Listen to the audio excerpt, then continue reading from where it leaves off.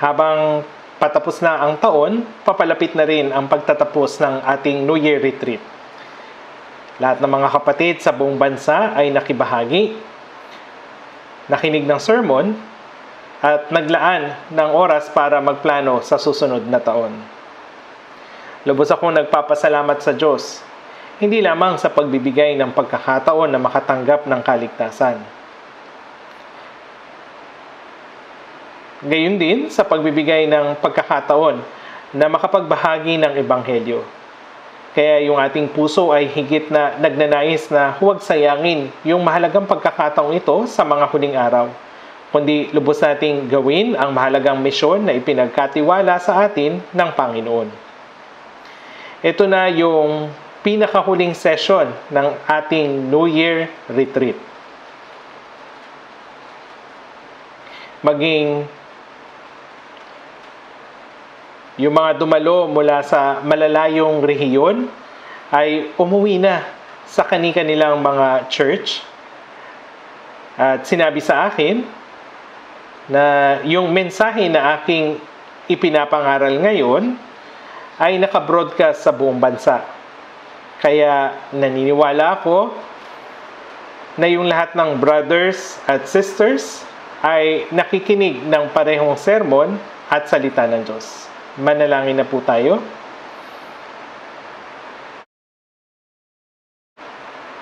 Mahabagin naming Amang Diyos na sa amin ay nagmamahal, salamat sa iyong dakilang biyaya na sa amin ay nagligtas sa mga huling araw.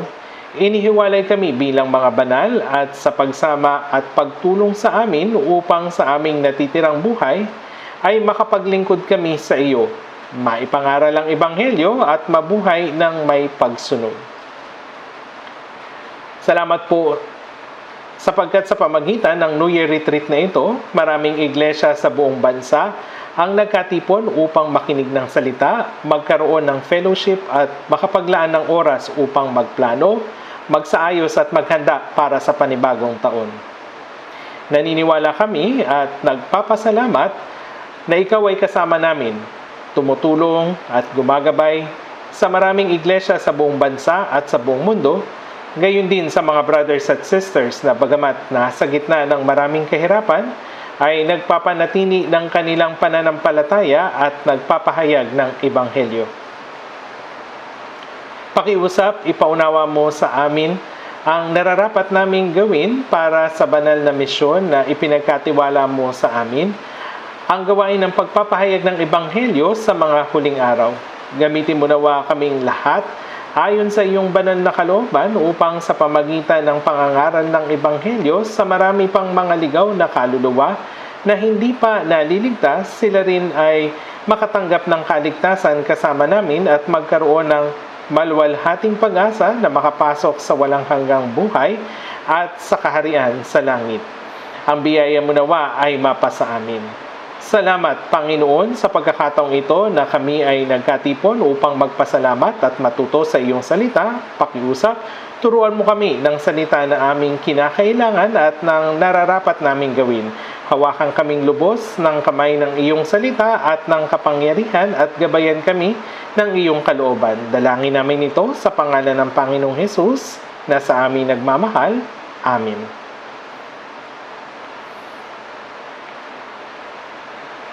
Tingnan natin sa aklat ng mga awit. Mga awit 107, mga awit 107,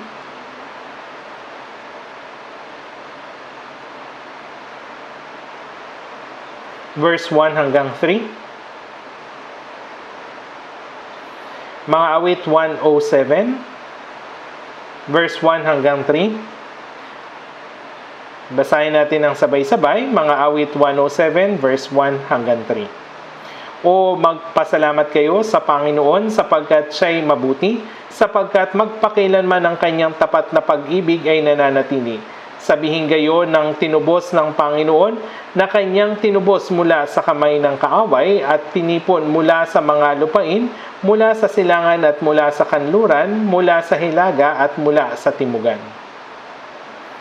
Yung salitang ito ay naisulat 3,000 years na ang nakakaraan. Isa itong tula na nagpapakita ng imahe ng mga ligtas na kapatid na yung mga ligtas na kapatid na nagiging isa sa Espiritu Santo. Sinasabi rito, magpasalamat sa Panginoon. Silang mga tumanggap ng kaligtasan ay walang ibang maaring gawin kundi ang patuloy na magpasalamat sa Diyos. Tulad ng sinasabi sa talata, sa lahat ng bagay ay magpasalamat kayo. Nagpapasalamat tayo dahil tayo ay buhay at humihinga sa mga oras na ito. Nagpapasalamat tayo sapagkat sa gitna ng napakaraming tao sa mundo, ay nakarating tayo sa pagkaunawa ng dakilang biyaya at pag-ibig ng Diyos. At nakatanggap ng kaligtasan at pagkatapos nito ay nagpapasalamat tayo sa lahat ng bagay na sa loob ng iglesia na kung saan ang Diyos ay kumikilos, ang mga Kristiyano ay nagkakaroon ng fellowship at nabubuhay na sumusunod sa salita ng Diyos sa ilalim ng tulong at gabay ng Panginoon. O magpasalamat kayo sa Panginoon sapagkat siya'y mabuti, sapagkat magpakailanman ang kanyang tapat na pag-ibig ay nananatili. Ang banal na kalooban ng Diyos ay mabuti at ang kanyang kabutihang loob na ipinakita sa atin ay ang biyaya. Sapagkat magpakilanman ang kanyang tapat na pag-ibig ay nananatili. Sabihin gayon ng tinubos ng Panginoon. Tinubos ng Panginoon. Ibig sabihin ng pagtubos ay para sa mga kaluluwang nakatakdang mapahamak dahil sa kasalanan. Ang bugtong na anak ng Diyos na walang kasalanan ay namatay para sa atin. Dumanak ang kanyang dugo at pinatawad ang lahat nating mga kasalanan magpakilanman. Ito ang kahulugan ng pagtubos. Sabihin gayon ng tinubos ng Panginoon. Hindi ba ito ay kamangha-manghang katotohanan na tayo ay tinubos sa pamagitan ng dakilang biyaya? Sabihin gayon. Ano yung sasabihin? Na kanyang tinubos mula sa kamay ng kaaway. Ang kaaway ng Diyos at kaaway natin, ang dyablo. Tinubos niya tayo mula sa kapangyarihan ni Satanas, sa kasalanan at mula sa kalagayang patungo sa walang hanggang pagkapugsa. Kaya't iniligtas niya tayo mula sa kapangyarihan ni Satanas. At tinipon mula sa mga lupain, mula sa silangan at mula sa kanluran, mula sa hilaga at mula sa timugan. Tayo noon ay nakakalat, nagtutungo sa kanya-kanyang landas palayo sa Diyos. Iniligtas niya at tinipong muli kay Kristo mula sa silangan, kanluran, hilaga at timog. Ito ay malinaw at totoo, hindi ba? Sa Korea, yung mga kapatid ay masaya na nagsasama-sama kapag may pagkakataon. At gayon din ang mga tinubos nating mga kapatid sa buong mundo. Kahit hindi pa tayo lahat nagkikita, ay iisa ang ating puso. Kung maaari, nais ng Diyos na lahat tayo ay magkatipon upang magkaroon ng fellowship. Purihin ang biyaya at kaluwalhatian ng Diyos at magbigay ng kaluwalhatian sa Kanya. Kaya sinasabi ng Biblia na silang tinipon mula sa mga silangan. Mula sa silangan at mula sa kanluran, mula sa hilaga at mula sa timugan. At sa ikalawang Tesalonica, chapter 2, ngayon, hinihiling namin sa inyo mga kapatid tungkol sa pagdating ng ating Panginoong Hesukristo at sa ating pagkakatipon sa Kanya. Sa pagbalik ng Panginoon mula sa kalangitan, lahat ng mga naligtas sa panahon ng lumang tipan mula kay Abraham at maging bago niya, si Abel na anak ni Adan, na naligtas din sa biyaya ng Diyos. Lahat ng mga tinubos na banal sa panahon ng lumang tipan, gayon din sa bagong tipan, ay maging ang mga Kristiyano na nabubuhay sa buong mundo sa panahong iyon, ay magkakatipon sa harapan ng Panginoon. Magiging napakalaking ang bilang niyon. Ngayon, hinihiling namin sa iyo, mga kapatid, tungkol sa pagdating ng ating Panginoong Hesukristo at sa ating pagkakatipon sa Kanya. Lahat ay magkakatipon. Ito ang magiging isang napakalaking pagtitipon. Mapapalibutan tayo ng mga hukbo ng anghel na nagagalak sa biyaya ng Diyos, ang biyayang nagligtas sa atin. At sila'y magpupuri sa Diyos kasama natin. Ang isipin nito ay talagang nakakamangha. Tiyak ang araw na iyon ay darating. Kaya silang tinitipon mula sa mga lupain, mula sa silangan at mula sa kanluran, mula sa hilaga at mula sa timugan. Ginawa niya tayong isa kay Kristo. Hindi dapat nating kalimutan ang dakilang biyayang ito. Dapat lagi nating alalahanin na may pagpapasalamat at mabuhay para sa kanyang kalooban at kaluwalhatian. Iniligtas niya tayo hindi upang ibigay sa atin ang mga bagay dito sa mundo, kundi upang bigyan tayo ng buhay na walang hanggan at pag-asa sa isang maluwalhating mana ng kaharian ng Diyos. Kaya naman, tingnan natin sandali sa awit 116. Awit 116, basahin natin ang sabay-sabay. Awit 116. Verse 8 hanggang 9. Verse 8 hanggang 9. Sapagkat iniligtas mo ang aking kaluluwa sa kamatayan, ang mga mata ko sa mga luha, ang mga paa ko sa pagkatisod, ako'y lalakad sa harapan ng Panginoon sa lupain ng mga buhay, sapagkat iniligtas mo ang aking kaluluwa sa kamatayan.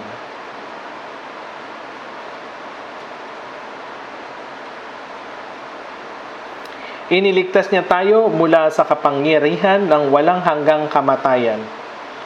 Ang mga mata ko sa mga luha. Ang pagluha ay kapighatian. Habang nabubuhay tayo sa mundo, sinasabi nila na ipinanganak tayong umiiyak, habang nabubuhay ay umiiyak, hanggang sa kamatayan ay umiiyak. Ngunit iniligtas niya tayo mula sa mga iyon, sa mga pagluha at kapighatian, mula sa buhay na puno ng dalamhati at sakit na kailangan nating tiisin. Sa Apokalipsis chapter 21, nababasa natin ang tungkol sa bagong langit at bagong lupa na kung saan ang Diyos mismo ay makakasama nila at siya'y magiging Diyos nila at papahiran niya ang bawat luha sa kanilang mga mata. Sasabihin niya, ikaw, marami ka nang nailuha sa mundong iyon at nagtiis ka ng sobra. Papahirin niya ang luha, lahat ng luha at aaliwin niya tayo. Lahat ng mga luha sa ating mga mata. Bukod sa pagluha ng dahil sa kapighatian, ang mga Kristiyano ay ipinanganak na muli at ibinuhos din ang luha upang mabuhay para sa kalooban at kaluwalhatian ng Diyos at para sa pangangaral ng Ebanghelyo. Sapagkat iniligtas mo ang aking kaluluwa sa kamatayan, ang mga mata ko sa mga luha, ang mga paa ko sa pagkatisod. Ang mga paa ko sa pagkatisod. Ako'y nahulog sa kasalanan at halos tuluyan ng mapahamak, ngunit sinagip ako ng Panginoon sa tamang panahon. Totoo ang mga talatang ito. Ako'y lalakad sa harapan ng Panginoon sa lupain ng mga buhay. Sa lupain ng mga buhay. Habang tayo'y nabubuhay sa mundong ito, noon ay iniwan natin ang Diyos at lumakad ayon sa sarili nating daan patungo sa impyerno. Ngunit ngayon, sa natitira nating buhay, ako'y lalakad sa harapan ng Panginoon sa lupain ng mga buhay. Mabubuhay tayo sa harapan ng Diyos ng ating natitirang buhay. Hindi na tayo maaring mabuhay na hiwalay sa Kanya. Doon sa verse 12 hanggang 14, basahin natin. Ano ang aking isusukli sa Panginoon sa lahat niyang kabutihan sa akin? Aking itataas ang saro ng kaligtasan at tatawag sa pangalan ng Panginoon. Tutuparin ko ang aking mga panata sa Panginoon sa harapan ng lahat ng kanyang bayan. Dito, ano yung aking isusukli sa Panginoon sa lahat niyang kabutihan sa akin? Tanging mga Kristiyanong tinubos ng biyaya ng Diyos ang makakapagsabi ng ganito. Upang iligtas ang isang makasalanang tulad ko, ang isang anak ng Diyos, si Jesus, gaya ng nakasaad sa Pilipos 2:6 na siya bagamat nasa anyo ng Diyos. Siya ay kapantay ng Diyos na lumikha, ngunit siya ay naparito sa lupa sa anyo ng isang tao. Ang Diyos ay pumarito sa mundong ito sa anyo ng tao upang tayo'y iligtas. At hindi niya itinuring na isang bagay na dapat manghawakan ang pagiging kapantay ng Diyos. Iniwan niya ang kalwalhatian ng pagiging tulad ng Diyos, kundi hinubaran niya ang kanyang sarili at kinuha ang anyong alipin na naging tulad ng tao.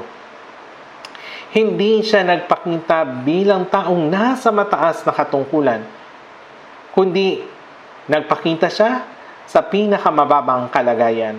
At palibhasa'y natagpuan sa anyo ng tao, siya'y nagpakababa sa kanyang sarili at naging masunurin hanggang sa kamatayan. Siya na walang kasalanan, banal at maluwalhati, ay naging gaya ng isang alipin, naging masunurin maging hanggang sa kamatayan. Upang iligtas ang mga makasalanan, maging sa kamatayan man sa krus, ito yung kanyang sinabi. Kaya, ang napakalaking biyaya na nagligtas sa atin, ang kaisa-isang anak ng Diyos, ay namatay na kapalit ng isang makasalanang tulad ko. Kung may isang mang tao na mamatay para lamang iligtas ang isang langgam na nasa panganib, iyon ay isang kalokohan. Ito ay salungat sa ating pangunawa. Hindi ito maaari.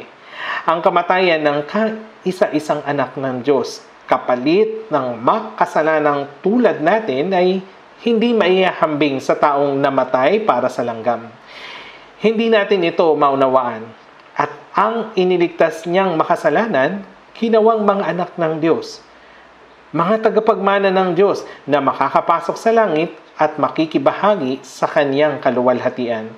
Ito ay lampas sa ating pangunawa. Sa unang Samuel ay sinabi ng Diyos, kanyang ibinabangon ng dukha mula sa alabok, itinataas niya ang nangangailangan mula sa bunton ng abo, upang sila'y paupuing kasama ng mga pinuno. Isipin natin ng halimbawa, ang hari ay pumulot ng isang bagay mula sa maruming bunton ng basura. Nilinis niya ito, inilagay niya doon sa paborito niyang lagayan, at ito ay hindi lubos na maisip ng mga tao. Kanyang ibinabangon ng dukha mula sa alabok, itinataas niya ang nangangailangan mula sa bunton ng abo, upang sila'y paupuing kasama ng mga pinuno at magmana ng trono ng karangalan. Yung trono ng karangalan, hindi natin ito maunawaan. Iyon ay gawa ng Diyos. At pagkaligtas, hanggang sa makapasok sa kaharian ng Diyos, iniingatan niya tayo. Tinitiis yung ating kahinaan, inaakay sa katotohanan, at tinutulungan sa pamagitan ng kanyang masaganang biyaya. Kaya nga, ano ang aking isusukli sa Panginoon sa lahat niyang kabutihan sa akin? Hindi natin dapat kalimutan ang biyayang ito kahit isang saglit. Ano ang aking isusukli sa Panginoon? Kahit hindi ko kayang masuklian ang biyayang iyon? Sinasabi sa isang hymno, the grace you have shown me, though I cannot repay it, with a weak heart and lowly body, I will be your servant. Hindi ko man masuklian ang biyayang iyon na ako'y iyong lingkod. Mamumuhay ako para lamang sa Panginoon, ayon sa iyong kalooban. Mahalaga ang ganitong tapat na puso. Ano yung aking isusukli sa Panginoon? Ano ang may babalik ko sa Kanya? Pagkatapos maligtas, hindi na ako nabubuhay para sa sarili kong mga nasa o kagustuhan, kundi upang tumbasan ang biyayang iyon. Tama po ba? Hindi natin dapat kalimutan ang biyayang iyon. Ang pag-alala sa biyaya ng Diyos ang nagbibigay daan sa atin na mabuhay na nagpapasalamat ayon sa kalooban ng Diyos. Kahit sa anumang mga kahirapan o pagsubok, tayo ay masaya. Kaya nga, anong aking isusukli sa Panginoon? Ipinapakita ng Biblia kung paano natin siya masusuklian. Pagkatapos maligtas, upang masuklian ang biyaya ng Diyos, dapat nating ipamuhay ang natitirang panahon ng ating buhay. Upang hindi na kayo mamuhay sa laman sa inyong nalalabing panahon sa masamang pagnanasa ng mga tao, kundi sa kalooban ng Diyos. Doon sa unang Pedro chapter 4, ganito dapat natin suklian ang biyaya. May kasabihan tungkol sa paglimot sa kabutihan at kawalan ng utang na loob. Tama po ba? Napakadikila ng biyayang natanggap natin sa ating mga magulang, kaya't ginagalang at sinusunod natin sila. Sa katotohanan, hindi natin kailanman lubusang masusuklian ang kanilang kabutihan, yung pagluwal, pagpapalaki, pagtuturo, at sa pagtulong sa atin. Ngunit, kung suwayin natin sila, pagdamdamin, pag-alalahanin at pagdalamhatiin sila, kung gayon, tayo'y mga anak na walang utang na loob. Sa usaping moral, Ang kawalan ng utang na loob sa magulang ay ang sinasabing pinakamalaking kasalanan.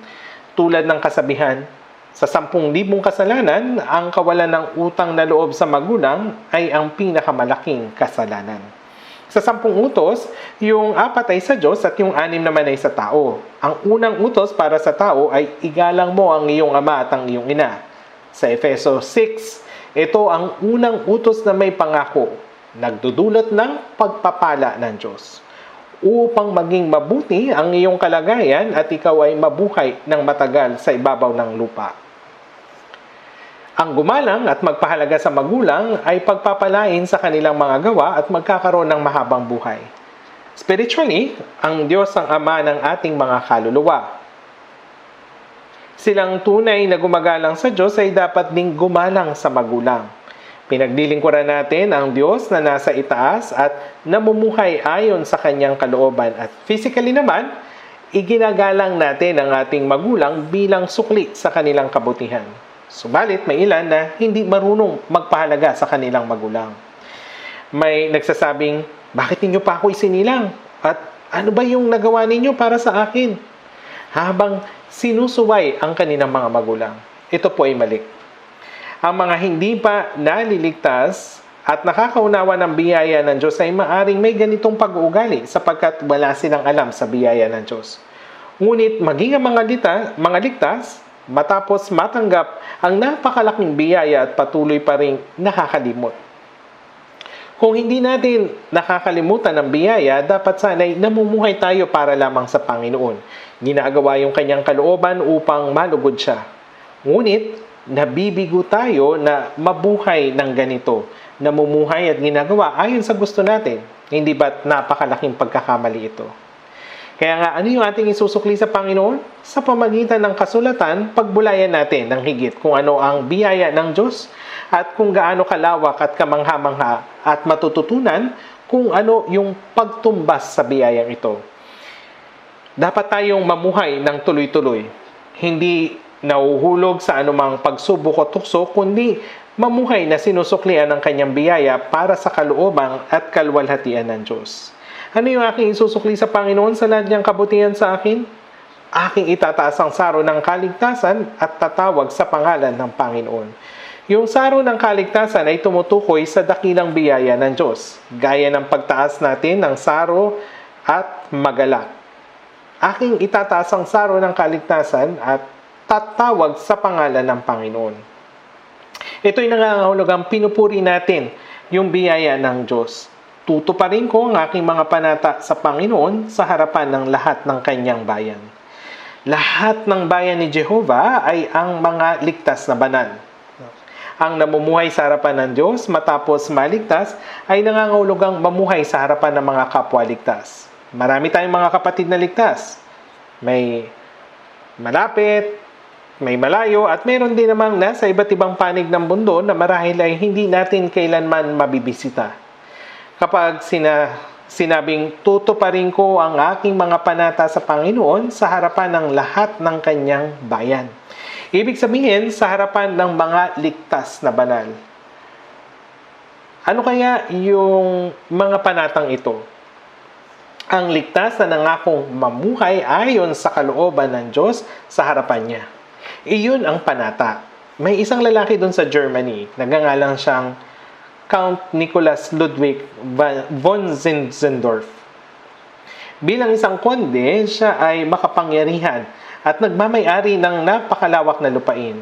Si Konde Zinzendorf ay naligtas. Pagkatapos, hindi niya alam kung paano dapat siya mamuhay.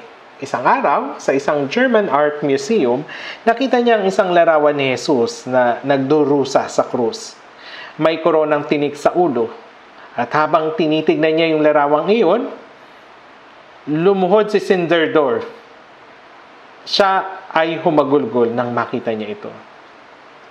Sabi niya, ang Panginoon ang nagsuot ng koronang tinik at tiniis ang paghihirap ng krus upang iligtas ang isang makasalanang tulad ko. Ngunit ano ang ginagawa ko para sa Panginoon? Habang iniisip niya ito, napagtanto niyang wala siyang ginagawa para sa Diyos. Sinasabi na Bumagsak siya sa harapan ng larawan at humagulgol. Doon nangako siya sa Panginoon,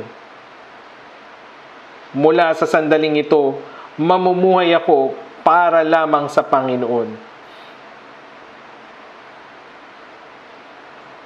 Ito yung sinabi niya. Mula ngayon, mamumuhay ako para lamang sa Panginoon. At inihandog niya yung kanyang napakalaking kayamanan para sa pagpapalaganap ng Ebanghelyo. Sa England, si John Wesley ay minister na nang siya'y maligtas. Nakipagtulungan siya kay Zinzendorf sa pangangaral ng Ebanghelyo. Noong 18th century, habang ang Ebanghelyo ay lumalaganap sa buong mundo, sila John Wesley at Zinzendorf ay namuhay na ibinibigay ang lahat ng kanilang pag-aari para sa Ebanghelyo. Hindi ba't natural lamang iyon? Maging mahirap man ay nagbibigay mula sa kahirapan, o mayaman na nagbibigay mula sa kasaganahan. Huwag nating gamitin kung ano ang meron tayo para lamang sa sariling kasiyahan. Sa halip, ang pinakamainam at pinaka nararapat ay ialay ang lahat upang suklian ang biyaya ng Diyos na nagligtas sa makasalanang tulad natin at ipamuhay ang natitirang panahon ng ating buhay para sa Kanya. Ngunit, saan ba natin dapat ipamuhay ang ganitong uri ng buhay? Ito ay sa harapan ng buong bayan ni Jehovah. Ibig sabihin, sa harapan ng banal na kapulungan ng mga mananampalataya. Hindi ito tungkol sa pagpunta sa malayong lugar kung saan walang nakakakita at gawin ito ng palihim. Kundi, gawin ito sa harapan ng banal na kapulungan. Gaya ng nasusulat, tutuparin ko ang aking mga panata sa Panginoon sa harapan ng lahat ng kanyang bayan. Ito ang panata. Si Zinzendorf, siya man ay gumawa rin ng ganitong panata at nagsabing mula ngayon, mamumuhay ako ayon sa kalooban ng Diyos para sa Ebanghelyo ng Panginoon at para sa kanyang kaluwalhatian. Gumagawa rin tayo ng pangako sa Diyos. Mula nang tayo'y maligtas, mula nung naligtas, naipangako mo na ba sa Diyos na mamumuhay ka para lamang sa kanyang kalooban at kaluwalhatian? Ang paggawa ng panata ay kailangan. Dapat tayong mangako at mamuhay ayon sa panatang iyon. Bakit ba tayo natatakot gumawa ng panata? Nag-aalala ka ba na baka hindi mo ito matupad? Dapat tayong mangako at pagkatapos ay tuparin iyon. Ang ating kaluluwa, katawan at ang lahat ng meron ako ay pag-aari ng Panginoon. Kaya bakit magiging mahirap ang mamuhay para sa Kanya? Ano yung dapat ikabahala mo? Ang mamuhay ayon sa kalooban ng Panginoon ay para sa kanyang kalwalhatian ay siyang ating kagalakan at maging ating sariling kalwalhatian. Sinasabi ng Biblia na kung binibigyan natin ng kalwalhatian ng Diyos, ibinabalik niya ang kalwalhatian iyon sa atin. Kung gaano natin siya niluluwalhati, ganon niya tayo ginagantimpalaan ng walang hanggang kalwalhatian. Kaya bagamat ang talatang ito ay naisulat noong unang panahon, naniniwala akong ito ay salitang tunay na unawaan at naisasagawa lamang ng mga Kristiyano. Kung hindi mo pa nagagawa ang isang panata tulad ng ginawa ni Zinzendorf, isang panatang mamuhay ayon sa kalooban ng Diyos sa harapan ng Panginoon na nagligtas sa iyo, subukan mong gawin ito sa iyong panalangin. Doon sa unang Korinto chapter 6 verse 19 hanggang 20, sinabi doon, at kayo ay hindi sa inyong sarili sapagkat kayo binili sa isang halaga, kaya't luwalhatiin ninyo ng inyong katawan ang Diyos. Sa unang Korinto chapter 7 verse 23, sinasabi, kayo'y binili sa halaga. Sa ibang salin, kayo'y binili sa isang malaking halaga o sa mataas na halaga. Kaya huwag kayong maging mga alipin ng mga tao. Maging ang ating katawan ay hindi na sa atin. Ito ay sa Panginoon na. Ngayon, nabubuhay na lamang tayo para sa kalooban at kalwalhatian ng Diyos. Tayo ay mahina pagdating sa pamumuhay, sa natitira nating buhay para sa Panginoon. Kumpara sa biyaya na ipinakita niya sa atin, ang panahon na ibinigay sa atin ay napakaikli. Kahit na mahina tayo at maikli na lamang yung ating panahon, Hindi dapat tayo tumalikod mula sa kalooban ng Diyos o kalimutan yung kanyang biyaya o kaya naman mabuhay ng para lamang sa sarili nating kasiyahan. Tayong mga Kristiyano ay dapat na mabuhay na karapat-dapat bilang mga naligtas na anak ng Diyos. Kung titingnan natin sa Biblia, ang buhay ng mga apostol at mga banal na nauna sa atin, huwag nating sabihin na ganun sila namuhay, pero paano ang isang gaya ko ang mabubuhay para sa Diyos ng katulad mo? Binigyan tayo ng Diyos ng parehong biyaya, buhay, at parehong maluwalhating pag-asa. Kaya, bakit tayo mag-iisip ng ganun? Sa makatuwid, dapat tayong mabuhay sa natitirang bahagi ng ating buhay nang walang kahihiyan sa harapan ng mga banal, nang may pagmamalaki sa harapan ng Diyos at ng tao. Napakaikli ng panahong inilaan sa atin, hindi po ba? Sinasabi doon sa Kawikaan, chapter 27 verse 1. Huwag mong ipagmayabang ang kinabukasan o ipagyabang ang kinabukasan sapagkat hindi mo alam kung ano ang dadalhin ng isang araw. Sa Santiago chapter 4 verse 14. Ano ba ang iyong buhay? Kayo ay isang singaw na sa sandaling panahon ay lumilitaw at pagkatapos ay naglalaho. Sa verse 13, halika kayo ngayon, kayo nagsasabi, ngayon o bukas ay pupunta kami sa ganito o sa ganong bayan at kami mangangalakal doon ng isang taon at kikita. Ang lahat ay mayroong sariling mga plano at paninindigan. Gayunpaman, malinaw yung sinasabi ng Biblia doon sa Santiago chapter 4 verse 14. Gayunpaman, ay hindi ninyo nalalaman kung ano ang magaganap bukas. Yan din yung sinabi ng Kawikaan 27 verse 1. Huwag mong ipagmayabang ang kinabukasan. Maaari tayong magplano na makapag-ipon ng maraming pera at mabuhay ng marangya sa hinaharap. Ngunit, kahit na mabuhay tayo sa ganitong paraan, ano namang saysay nito? Dapat ba itong kainggitan? Maraming mayaman sa paligid natin na kumikita ng napakalaking halaga ng pera. Yung ilan nga, bilyong-bilyong dolyar pa. Hindi nila ito magagastos lahat kahit nasubukan pa nila sa kanilang buong buhay. Habang tinitingnan natin silang mga may daan-daang milyon o bilyon, iniisip ba ninyo, sana meron din akong ganun? Bakit napakahamak ng buhay ko? Sa tuwing nakikita ninyo yung kayamanan at kalwalatian sa mundong ito, huwag dapat ninyong kalimutan yung biyaya ng Panginoon na ibinigay sa atin. Yung biyayang ito ay libo-libo, 10,000 libo o bilyong beses na mas malaki ito kaysa sa anumang makamundong kayamanan. Natanggap natin ito, napakalaking biyaya. Gaya ng kasabihan, kapag nakita ninyo ang mga kayamanan at kalwalatian ng mundo, isipin ninyo ang biyaya na ibinigay sa inyo ng Panginoon. Natanggap natin ang biyaya na ito na hindi mapapalitan ng anumang bagay sa mundo. Hindi ba dapat tayong mamuhay ng may pagmamalaki? Huwag kayong makaramdam ng kakulangan. Tulad ng ang mga mayayaman sa mundo? Sila ay tulad ng mga baboy sa kapestahan. Opo. Sa tingin ko ito yung angkop na paglalarawan sa kanila. Ang baboy sa kapistahan ay maayos na pinapakain at pinatataba. Maring iniisip ng baboy, gustong-gusto ako ng amo ko. Araw-araw niya akong binibigyan ng pagkain. Kapag ako'y nag-oink-oink, ay magdadala siya ng mas marami. Ngunit, para saan ito ginagawa ng amo? Upang ito ay katayin sa araw ng kapistahan. Tama? Sa Job 21 verse 7, sinasabi, bakit nabubuhay ang masama, tumatanda at naging malakas sa kapangyarihan? Doon sa verse 9, ligtas sa takot ng ang mga bahay nila, ang pamalo ng Diyos ay wala sa kanila. Lumalago yung kayamanan nila, ang mga anak nila ay parang kawan, ang lahat ay maayos sa kanila. Gayunpaman, ano yung sinabi sa verse 13? Ang kanilang mga araw sa kaginhawahan ay ginugugol at sila'y payapang bumababa sa Sheol. Kung babasahin ninyo yung Job chapter 21, ito ay talagang totoo. Yung sa mga awit, sinasabi din dito kung paano umuunlad yung masama. Kahit na subukan nating mabuhay ayon sa kalooban ng Panginoon, humaharap sa pagdurusa at kahirapan, ngunit silang mga masasama. Bakit nabubuhay sila ng maayos? Tungkol dito, sinabi sa awit 73 verse 2 hanggang 3, Ngunit tungkol sa akin, ang mga paa ko'y halos natisod, ang mga hakbang ko'y muntik ng madulas.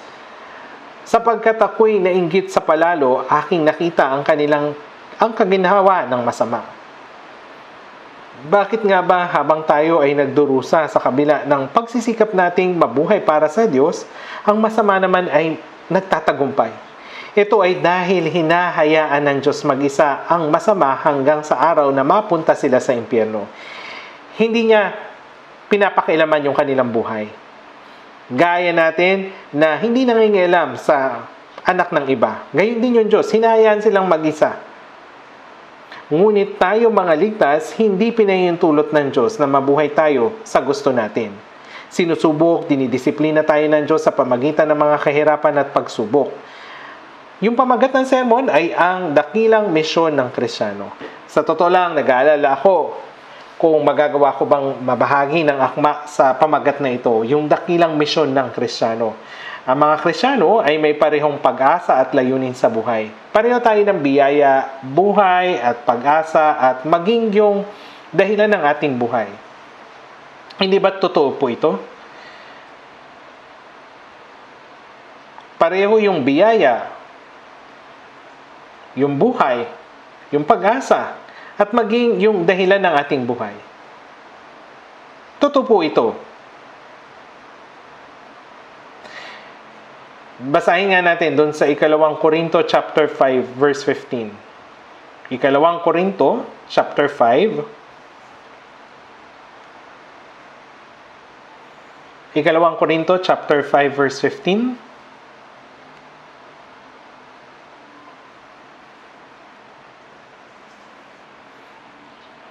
Basahin natin ang sabay-sabay. Siya'y namatay para sa lahat upang ang mga nabubuhay ay huwag nang mabuhay pa para sa kanilang sarili, kundi para sa Kanya na alang-alang sa kanila ay namatay at muling nabuhay. Siya ang Kristo. Siya'y namatay para sa lahat. Namatay si Kristo alang-alang sa lahat ng tao. Natanggap natin yung dakilang biyaya. Ang sumpa at kahatulan na nararapat sa atin, pinasan iyon lahat ng Panginoon doon sa krus para sa atin. Kaya siya'y namatay para sa atin upang ang mga nabubuhay, sino itong mga nabubuhay? Silang mga nakaunawa ng biyaya ng Diyos at naligtas. Ang mga hindi ligtas ay mga patay sa mata ng Diyos. Kaya nuway mga patay sa inyong mga pagsalangsang at mga kasalanan. Tayo ay mga patay noon sa ating mga kasalanan. Ngunit binuhay muli ng Diyos ang ating mga kaluluwa. Siya'y namatay para sa lahat upang ang mga nabubuhay ay huwag nang mabuhay pa para sa kanilang sarili, kundi para sa Kanya na alang-alang sa kanila ay namatay at muling nabuhay. Bakit namatay ang Panginoon sa halip natin at iniligtas tayo? Upang ang mga naligtas na ngayon ay mga buhay, ay hindi na mabuhay para sa kanilang mga sarili, kundi para sa Panginoon na namatay para sa kanila at muling nabuhay. Ito yung layunin ng pagliligtas sa atin ng Diyos. Hindi na tayo dapat pang mabuhay para sa ating mga sarili, kundi mabuhay para sa Panginoon na namatay alang-alang sa atin at muling nabuhay. Malinaw na tinuturo ng Biblia na ito ang dahilan kung bakit tayo iniligtas ng Diyos. Ang mensaheng ito ay isinulat ni Apostol Pablo. Kung iisipan natin ang biyaya na binigay sa atin ng Diyos, kahit na mamatay tayo ng 100 beses para sa Panginoon, hindi pa rin natin magagawang mahigitan ang biyayang ito. Tama? Ngunit, kahit na hindi tayo mamatay ng 100 beses, hindi ba natin magagawang mabuhay kahit na 1 beses para sa Panginoon? Ayaw ba ninyong gawin ito? Kung ayaw ninyo, bawiin na lang kaya natin yung kaligtasan nyo. Naiinggit ba kayo sa mga tao sa mundong ito? Diba, yung kantang, Whenever I live for you, I belong to you. Madalas ba ninyong inaawit yung himnong ito? Ang pagpupuri ay nababagay sa matuwid. Maaari tayong maayos na umawit ng papuri, ngunit kung ang ating puso ay hindi akma sa ating kinakanta, kung gayon, tayo ay nagsisinungaling.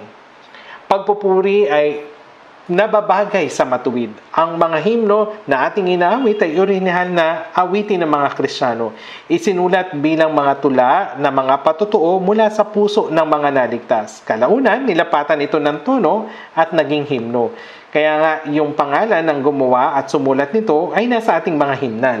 Naglalaman ito ng pagtatapat ng pananampalataya, patotoo, pangako, at maging panalangin para sa Panginoon. Ginawa ito upang dumaloy ito mula sa ating puso.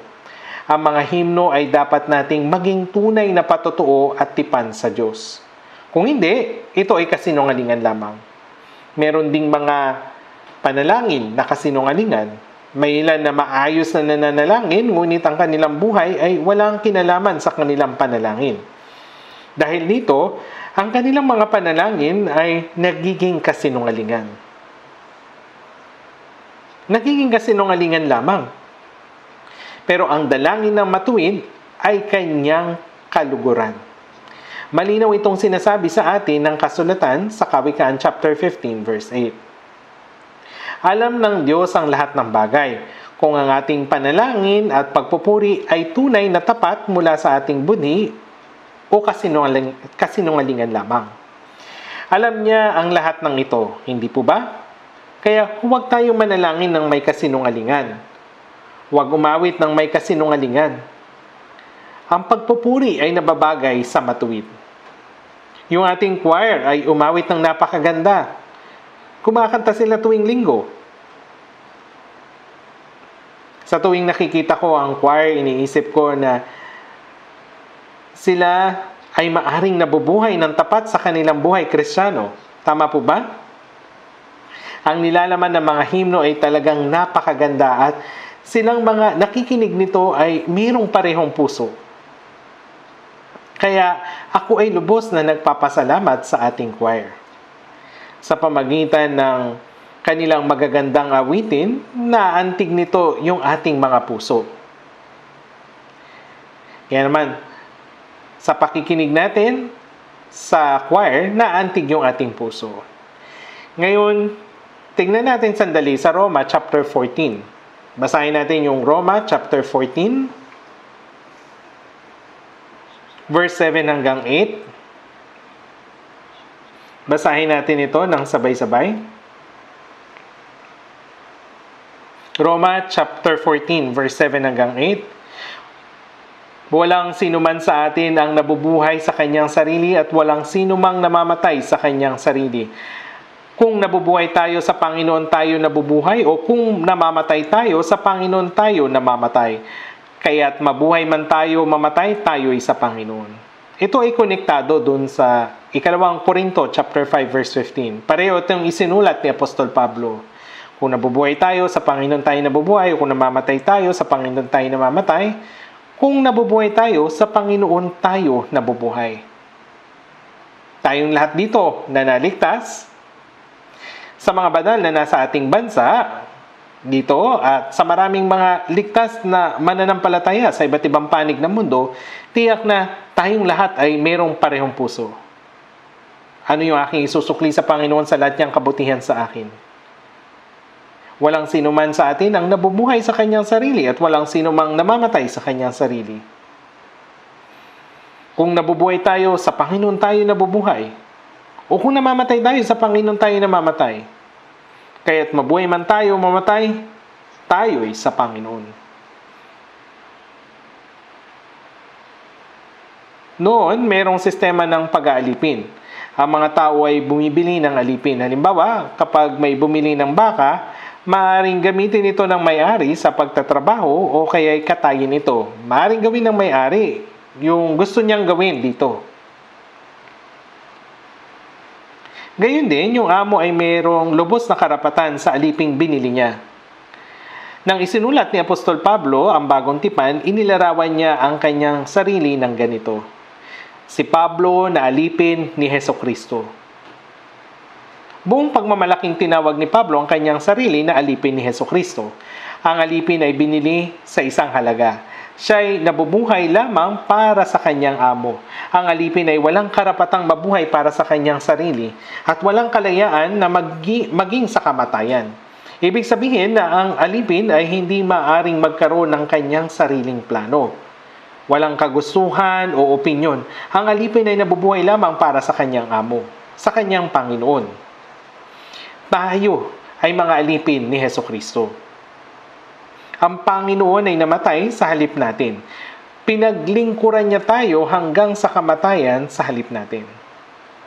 Sinabi mismo ni Jesus, kung paano ang anak ng tao ay naparito hindi upang paglingkuran, kundi upang maglingkod at upang ibigay ang kanyang buhay na pantubos sa marami. Ang Panginoon ay namatay upang tayo'y paglingkuran, higit pa sa pagbibigay ng kanyang buhay. Paano tayo tutugon sa ganitong biyaya? Tayo'y dapat na maging lingkod ni Kristo, hindi po ba? Wala tayong karapatan upang mabuhay para sa ating sarili at wala tayong kalayaang maging sa kamatayan.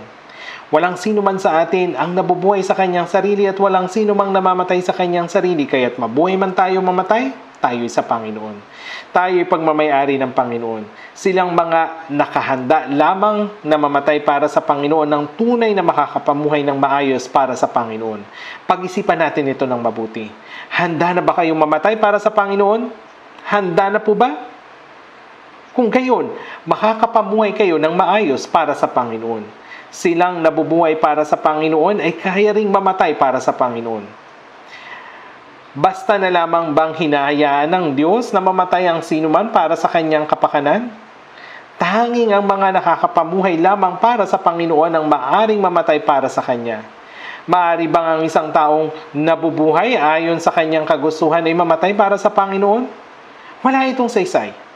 Ang isang tao ay dapat na mabuhay para sa Panginoon upang magawa niyang mamatay para sa Panginoon.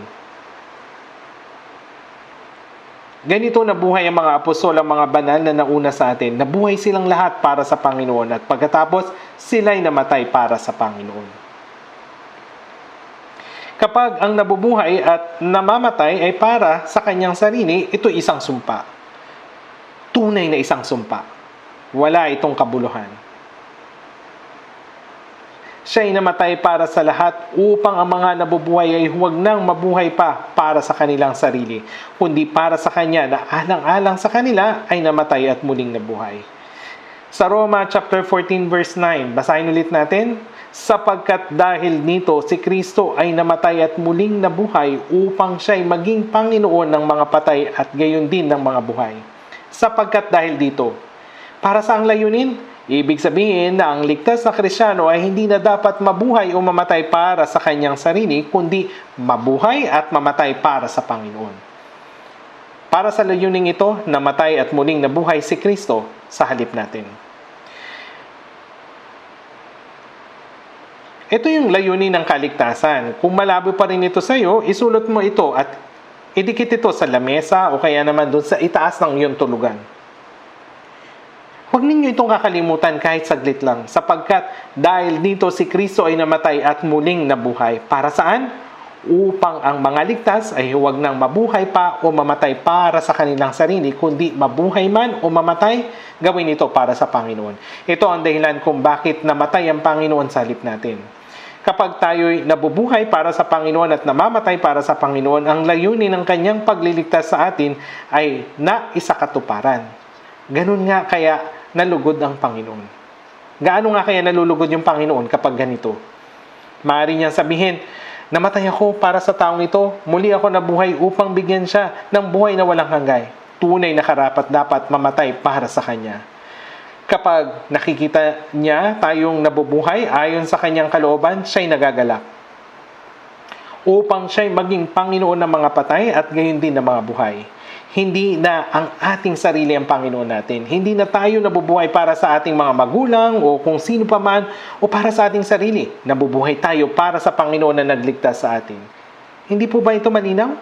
Itong simpleng katotohanan ang mahalaga at walang hanggang katotohanan ay hindi dapat kalimutan.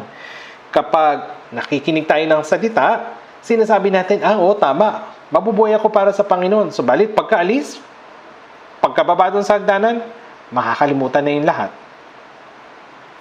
Kapag meron naman siyang nakita na nagmamaneho Nagmamaneho ng makintab na sasakyan, iniisip niya, wow, ang ganda. Kung meron namang naglalakad na nakadamit na sunod dun sa uso, iniisip, sana meron din akong ganun.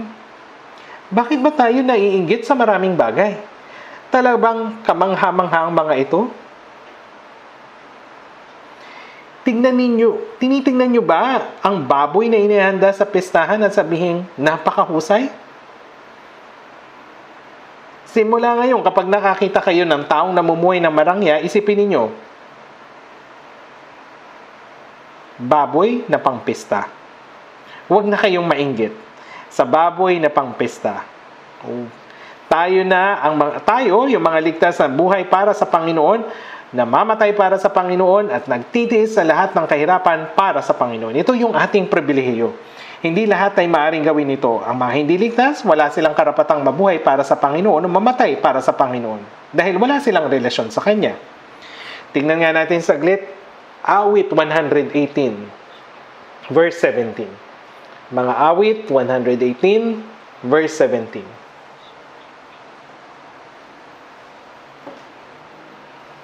Awit 118, verse 17. Basahin natin ang sabay. Hindi ako namamatay kung hindi mabubuhay at ang mga gawa ng Panginoon ay isasalaysay. Hindi ako mamamatay kundi mabubuhay. Ang isang ligtas ay dapat na mabuhay. Kapag ang isang ligtas ay mamatay, saan siya mapupunta? Mahalaga sa paningin ng Panginoon ang kamatayan ng kanyang mga banal. Isinasaalang-alang ng Diyos ang kamatayan ng kanyang mga banal na mahalaga. Sinabi sa Apokalipsis 14:3, at narinig ko ang isang tinig mula sa langit na nagsasabing, isulat mo ito, mapalad ang mga patay na namamatay sa Panginoon mula ngayon. Oo, sinabi ng Espiritu, sila'y magpapahinga sa kanilang mga gawa sapagkat ang kanilang mga gawa ay sumusunod sa kanila. Ang ligtas na nabubuhay para sa Panginoon kapag sila'y namatay na, ang kanyang pagpapagal ay matatapos at papasok siya sa kalwalatian. Mahalaga sa paningin ng Panginoon ang kamatayan ng kanyang mga banal. Kapag ang isang ligtas ay namatay habang ipinapamuhay ang kanyang pananampalataya, tinitingnan ito ng Diyos na mahalaga. Takot ba kayo sa kamatayan? Huwag kayong mamuhay ng walang ingat at saka mamatay. Kapag nabubuhay tayo ayon sa kalooban ng Diyos at namamatay para sa Panginoon, wala nang masigit pang kaluwalhatian dito. Si Apostol Pablo, nakaranas siya ng gutom, ginaw, puyat, pagkabugbog, pagkabilanggo ng maraming beses. Nabingit siya sa kamatayan. Subalit, sa 2 Timoteo chapter 4 verse 7 hanggang 8, sinabi niya, nakipaglaban ako ng mabuting pakikipaglaban, natapos ko na ang aking takbuhin, iningatan ko ang aking pananampalataya, kaya't mula ngayon ay nakalaan na sa akin ang putong ng katuwiran na ibibigay sa akin ng Panginoon na tapat na hukom sa araw na iyon. Isang kahangahangang awit ng pagtatagumpay. Nang mamatay si Jesus sa krus, sinabi niya, natupad na. Tinupad niya ang gawain ng katubusan ng sangkatauhan at pagliligtas ng mga kaluluwa at pagkatapos ay pumasok siya sa kaluwalhatian. Sinabi rin ito ni Pablo, natapos ko na ang aking takbuhin. Iningatan ko ang pananampalataya. Nang siya'y mamatay, umawit siya ng pagtatagumpay. Kaya't mula ngayon ay nakalaan na sa akin ang putong ng katuwiran na ibibigay sa akin ng Panginoon na tapat na hukom sa araw na iyon. Tayo ay naligtas sa pamagitan ng dugong idinanak ni Kristo sa krus. Subalit kung paanong tayo nabubuhay, pagkatapos ng kaligtasan, ito ang sisiya sa atin ng tapat na hukom. Sinasabi sa Apokalipsis 22:12, ako'y malapit nang dumating at dala ko ang aking gantimpala upang gantihan ang bawat isa ayon sa kanyang ginawa. Dala ng Panginoon ang gantimpala at ibibigay sa bawat isa upang gantihan ang bawat isa ayon sa kanyang ginawa. Ayon sa kanyang ginawa. Magkaparehas lang ba ang magkaparehas po yung ating kaligtasan, subalit magkaiba ang ating Kristiyanong pamumuhay. Ang iba'y nabubuhay ng lubos para sa Panginoon, nagtitiis ng may kahirapan. Ang iba naman, bagamat ligtas, ay nabubuhay ng maginhawa at komportable. Ito ba talaga ang pagpapala? Makikita natin kung sino ang tunay na pinagpala kapag dumating na ang Panginoon upang gantihan ang bawat isa ayon sa kanyang ginawa. Sa unang Korinto chapter 4, kung magkagayon ang bawat isa ay tatanggap ng papuri mula sa Diyos. Subalit, hindi lamang papuri, kundi magkakaroon din ng pagsaway. Opo, kaya nga doon sa Mateo chapter 25, verse 21, magaling, mabuti at tapat na alipin. Pero doon naman sa verse 26 sinabi, ikaw na masama at tamad na alipin. Ikaw na masama at tamad na alipin. Kapag pinagmamasdan tayo ng Panginoon at nagagalak, magagawa nating magtiis sa ating anumang kahirapan dahil sa kagalakang ito. Subalit kung pinagmamasdan niya tayong may kalungkutan, bagamat tayo'y ligtas, hindi dapat na maging ganito. Hindi ako mamamatay, kundi mabubuhay. Ang ilan kapag naharap sila sa mga maliliit na kahirapan pagkatapos maligtas, sinasabi nila, sana pumunta na ako agad sa Panginoon. Hindi nyo dapat sinasabi ang gayong bagay na parang napakagaan lamang. Sila lamang na nabuhay ng maayos para sa Panginoon ang maaring magsabi nito. Kung hindi ka pa nabubuhay para sa Panginoon at sasabihin mong, sana pumunta na agad ako sa Panginoon, anong gagawin mo doon pagpunta mo ron?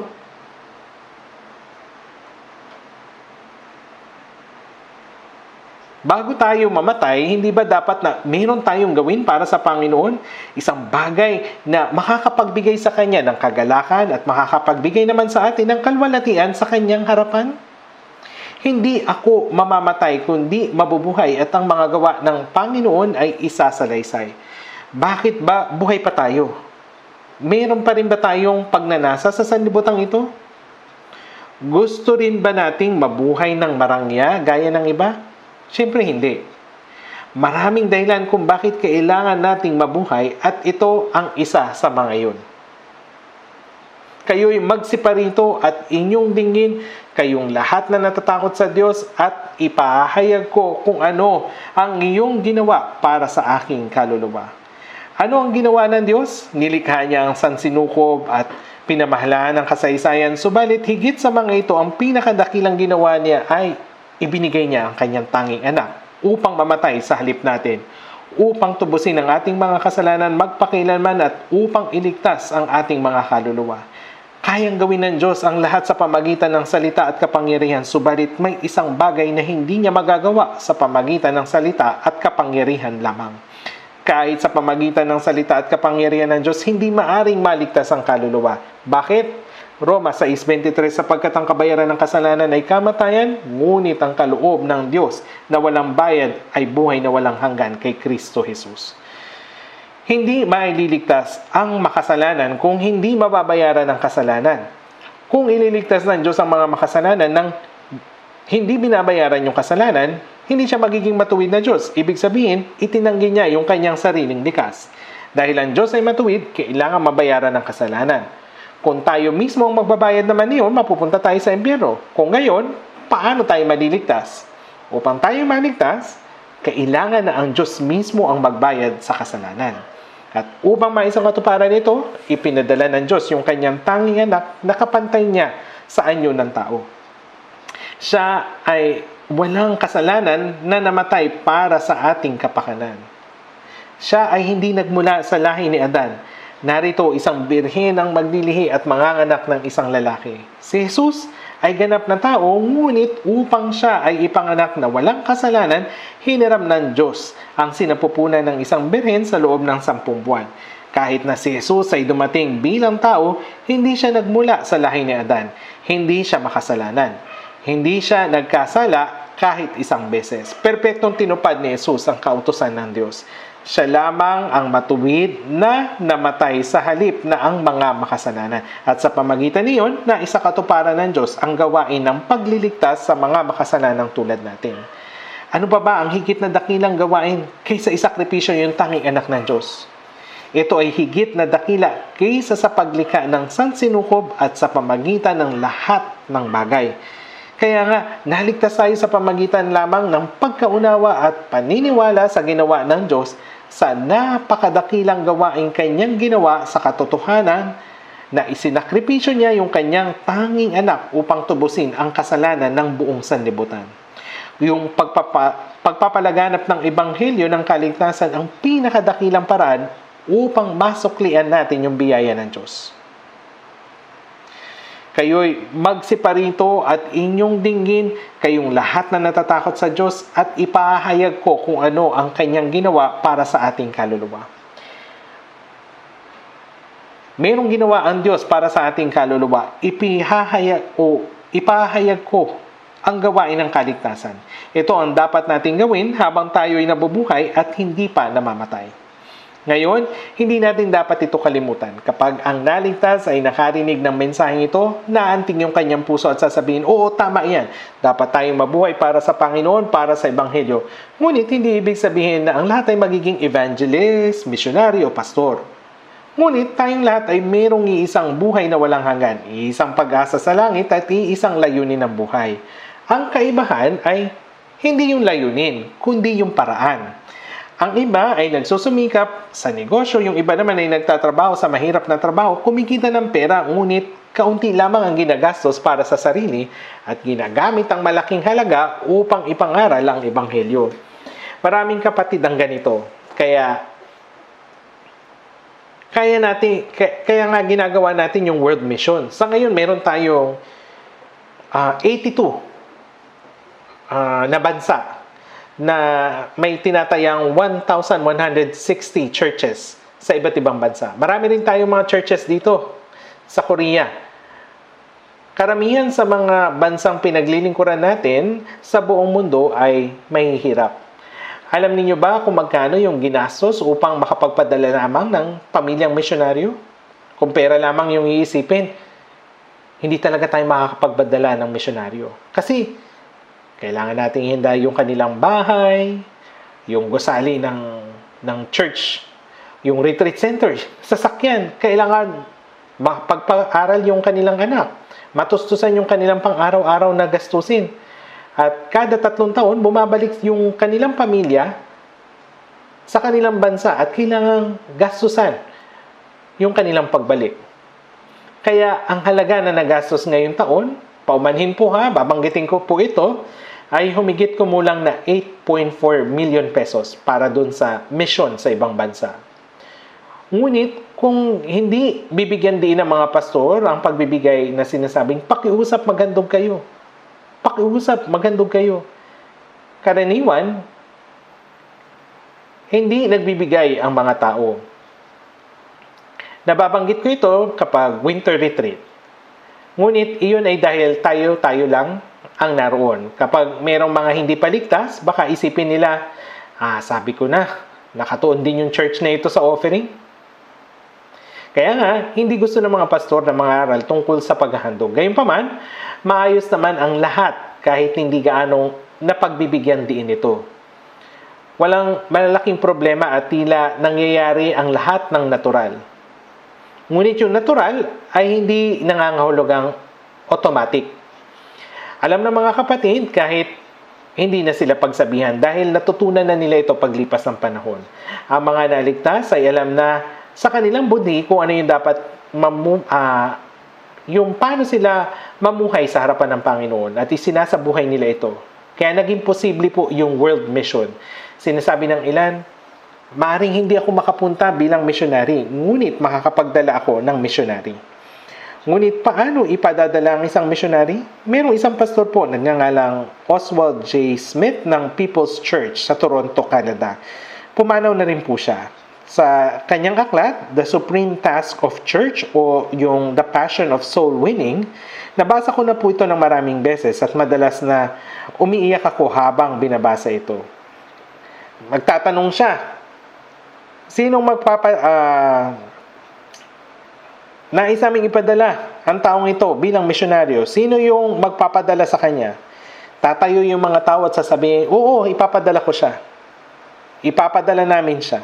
Sa ganitong paraan, nakapagpadala siya ng 350 na misyonaryo. Ayon doon sa kanyang aklat, gusto niya talaga ay makapagpadala ng 400 na misyonary. Matapos niyang pumanaw, yung kanyang anak na si Paul B. Smith ay tila hindi kayang gawin yung ginawa ng kanyang ama.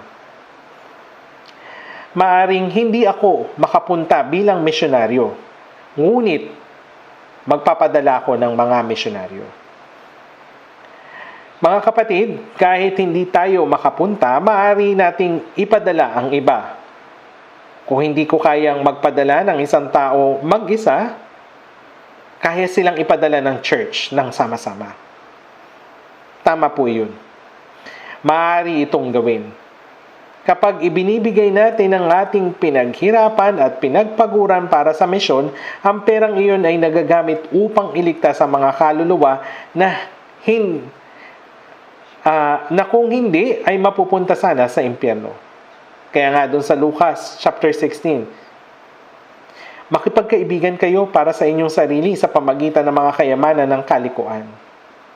Sinasabi ni Jesus na ang kayamanan ng mundong ito, kung hindi ginagamit ayon sa kalooban ng Diyos, ay tatawagin na di makatarungang kayamanan. Hindi niya tinutukoy na mali ang pera. Sinasabi niya na gamitin ang kayamanan ng mundong ito upang makipagkaibigan. Anong klaseng kaibigan? Hindi po ito yung kainuman, kaibigan sa walang kabuluhang bagay, kundi kaibigan para sa walang hanggang tahanan. Mga kaibigang makakasama ninyo sa langit. Walang mahihigit pang dakilang pag-ibig kaysa rito na ibigay ng isang tao ang kanyang buhay dahil sa kanyang mga kaibigan.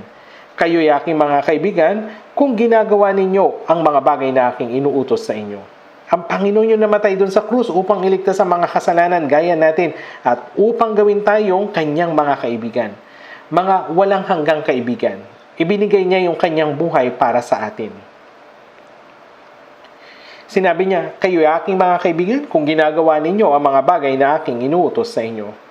Kapag naunawaan ng mga taong naligtas na ibinigay ng Panginoon ang kanyang buhay para sa kanila, tayo rin ay kikilos upang iligtas ang ibang mga kaluluwa.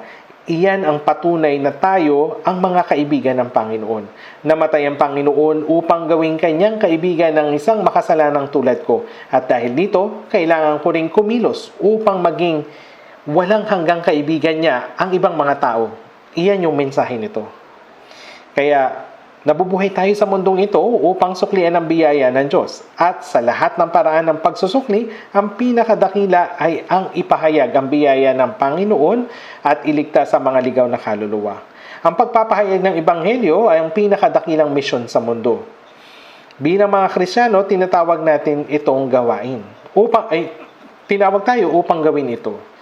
Paano nga tayo makakatakas kung ating pababayaan ang ganito kadakilang kaligtasan? Alam niyo ba kung gaano kadakila yung kaligtasan na ating natanggap?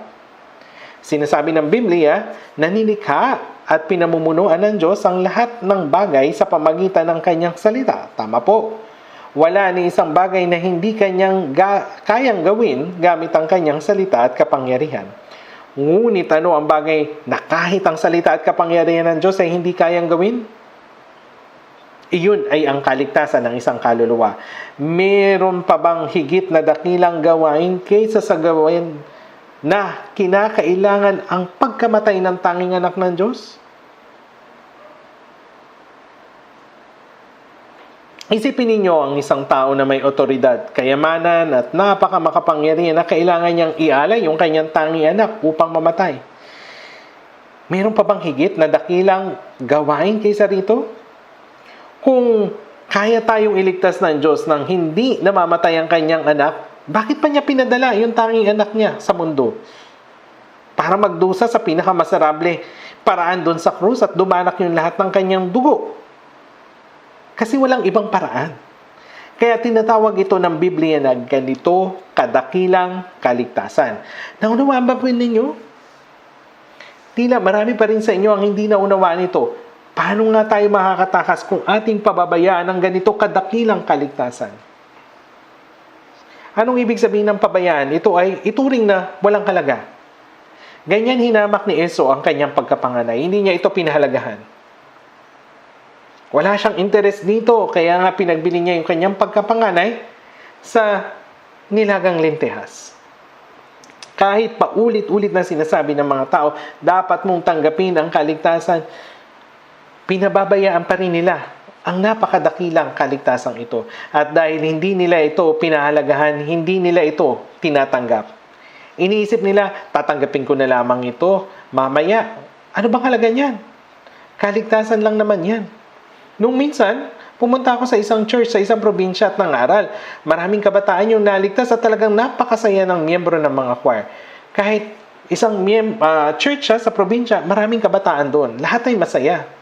Sa gitna ng kasiyahan yun, isang elder yung nagsabing, bakit labis ang pag-iingay ninyo dahil sa kaligtasang iyan? Sinabi ko sa kanya, pasensya na po, ano yung sinabi ninyo? Tinawag po ba ninyo ito na kaligtasan lang? Kaya namula yung kanyang mukha. Sinabi niya, oo, tama. Nagkamali ako. Sa kanyang puso, matagal niya nang minamaliit ang kaligtasan. Naniniwala siya na dahil nakapagpatayo siya ng ilang church sa probinsya at nakagawa ng maraming malalaking bagay para sa church, iyon yung mahalaga sa pananaw niya. At nang nakita niya yung mga taong nagagalak dahil natanggap nila yung kaligtasan, para sa kanya, kaligtasan lang yun.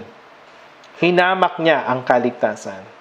Mga kapatid, paano nga tayo makakatakas kung ating pababayaan ang ganito kadakilang kaligtasan?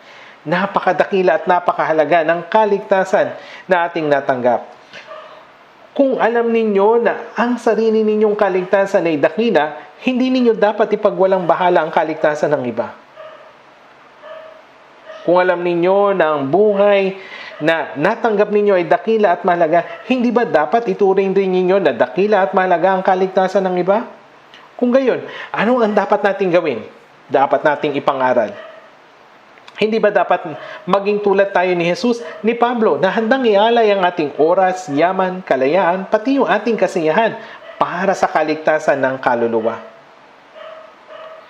Kung tayo'y nabubuhay na may layuning ipangaral ang Ebanghelyo at gumagawa ayon sa kalooban ng Panginoon, kung gayon, kahit anong kahirapan at sakripisyo ang ating kaharapin, kinakaharap natin ito ng merong kasiyahan at pagpapasalamat. Ang pagpapahayag ng Ebanghelyo at pagliligtas ng kaluluwa ay isang banal at seryosong utos na ibinigay sa atin ng Panginoon. Ito yung pinakadakilang misyon sa buong mundo. Ito yung layunin ng ating buhay Kristiyano at ito ay isang pribilehiyo. Mga kapatid, yung presidente ng US ay maaring magmalaki na siya yung namumuno sa mundo. Ngunit maari ba na sa kanyang otoridad ay makapagligtas ng kahit isang kaluluwa? Imposible. Ano mang kanyang gawin, hindi niya ito magagawa. Magagamit ba ng pinakamayamang tao sa mundo ang kanyang kayamanan upang bilhin ang kaligtasan ng isang kaluluwa? Hindi maaari. Kaya ba ng doktor na magpagaling ng kaluluwa ng tao? Hindi maaari. Ang mga siyentipiko, sila'y nakapagbuo ng spacecraft. Ipinadala nila yung tao sa buwan at sa Mars. Ngunit, kaya ba nilang magpadala ng isang kaluluwa patungo sa langit? Hindi nila kaya. Walang sino man ang may kakayanan. Ngunit, kaya natin. Hindi po ba? Kaya natin. Kaya natin gawin. Maaari ba nating baliwalayin ang ganito kadakilang kaligtasan? Namumuhay ba tayo na kinalilimutan ng dakilang gawain na kaya nating gawin? Sa pamamagitan ng kaunting tulong mula sa atin, ang isang tao na pupunta sa impyerno ay makakapunta sa langit. Mga kapatid, ipagpalagay natin na ako ay nagmamaneho at nakatagpo ako ng tao na naaksidente at naghingalo. Ako yung unang tao na nakakita nito. Ano yung dapat kong gawin? Sasabihin ko lamang, malas mo, mamamatay ka. At pagkatapos ay magpapatuloy lang ba ako sa pagmamaneho?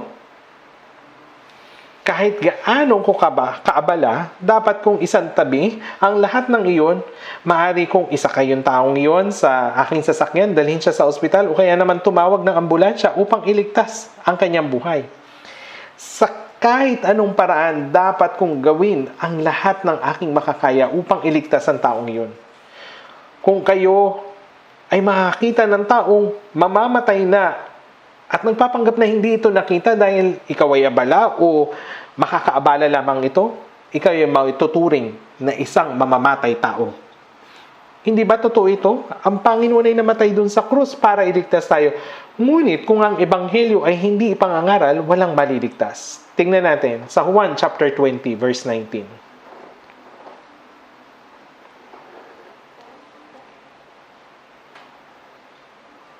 Juan chapter 20 verse 19 hanggang 23. Nang magdadapit hapon na ng araw na iyon, na unang araw ng linggo habang nakasara ang mga pinto sa kinaroroonan ng mga alagad dahil sa takot sa mga Hudyo, dumating si Jesus at tumayo sa gitna at sa kanila'y sinabi, kapayapaan ang sumainyo. At nang masabi niya ito, ay kanyang ipinakita sa kanila ang kanyang mga kamay at tagiliran. Kaya't ang mga alagad ay nagalak nang makita nila ang Panginoon. Muling sinabi sa kanila ni Jesus, kapayapaan ang sumainyo. Kung paanong sinugo ako ng Ama ay sinusugo ko rin naman kayo.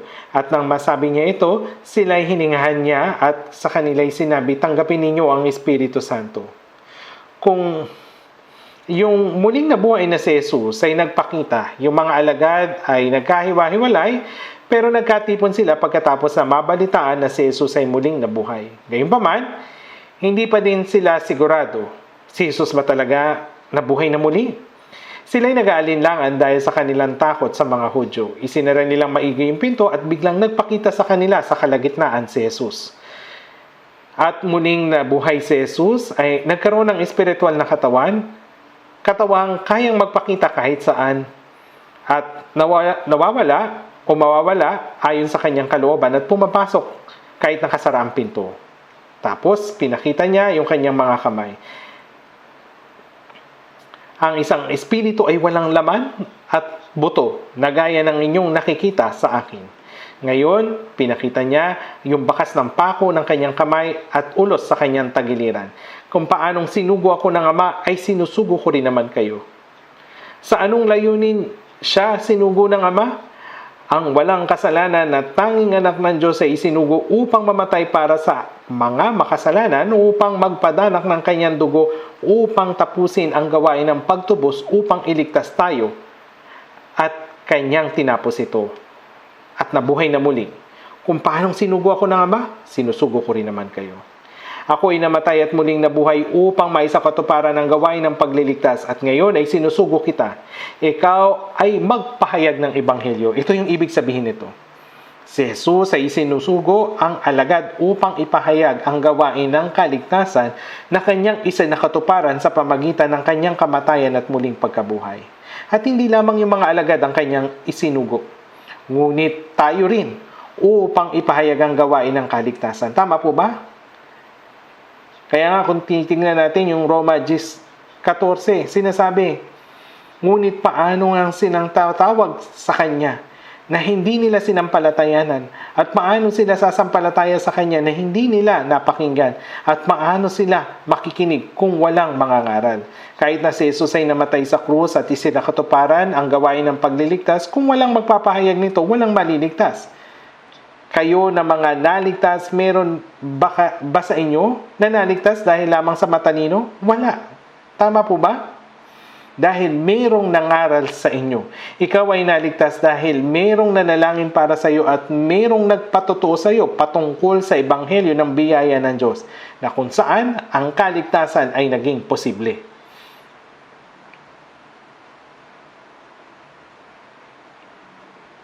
Nagkaroon ka ng pananampalataya kapag ang tao na nakarinig ng salita ay naunawaan ito.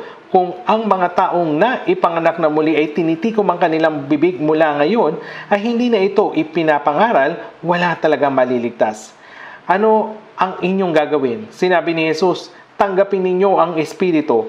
Kung inyong patatawarin ang mga kasalanan ng sino man ng mga iyon ay ipinatatawad sa kanila. Sino mang hindi ninyo patatawarin o patawarin ng mga kasalanan, iyon ay hindi ipinatatawad. Ang mga naligtas ay may banal na espiritu. Ang layunin ng pagbaba ng banal na espiritu nung araw ng Pentecostes ay upang magpatotoo sa biyaya ng Panginoon. Ang espiritu ng katotohanan, siya ang magpapatotoo tungkol sa akin. Ang talatang, kung iyong patatawarin ang mga kasalanan ng sinuman, ang mga iyon ay ipinatatawad sa kanila. Nangangahulugan nito na kapag ang ebanghelyo ay naisakatuparang gawin ng Panginoon ay naipahayag, ang kaligtasan ay matatanggap. Pero kung hindi, sila ay mapapahamak. Walang sino man ang maliligtas. Yung mga talatang, kung inyong patatawarin ang mga kasalanan ng sino man, ang iyon ay ipinatatawad sa kanila. Ito'y nangangahulugan kapag pinatotohanan natin ang katotohanan ginawa ng Panginoon, ang mga kasalanan ay mapapatawad at ang kaligtasan ay matatanggap. Mga kapatid, sa lahat ng mga bagay na pwedeng gawin ng tao, mayroon bang gawain na higit na dakila kaysa sa pangangaral ng Ebanghelyo? Wala na po. Ang Panginoon ay sinugo upang isakatuparan ng gawain ng pagliligtas sa pamagitan ng kamatayan doon sa krus. Ginawa niya ang gawain ito. Niluwalhati kita sa lupa sa pagtatapos ko ng gawaing ibinigay mo sa akin. Ito ay dahil nakapagpasya siya na mamatay doon sa krus at muling mabuhay. Anong tinawag natin dito? Ano ang tawag sa taong naligtas? Siya yung taong isinugo upang ipahayag ang katotohanan. Isinugo siya upang ipangaral ang katotohanan. Dapat tayong mangaral. Sa pamagitan ng kaunting tulong, maari silang maligtas. Gayunpaman, ating sinasabi, nakakainis naman, busy pa ako, o di kaya, hindi naman nakikinig yan. Alam ba ninyo kung gaano kalaking kasalanan ang hindi pag-evangelize? Sa Santiago 4:17, kaya't ang sino mang nakakalam ng paggawa ng mabuti, ngunit hindi ito ginagawa, ito ay kasalanan sa kanya. Ano ito? Alam ninyo ito na mabuti. Anong gagawin? Anong gawain ang mas mabuti kaysa pangaral ng Ebanghelyo at pagliligtas ng kaluluwa ng isang tao? Wala na po.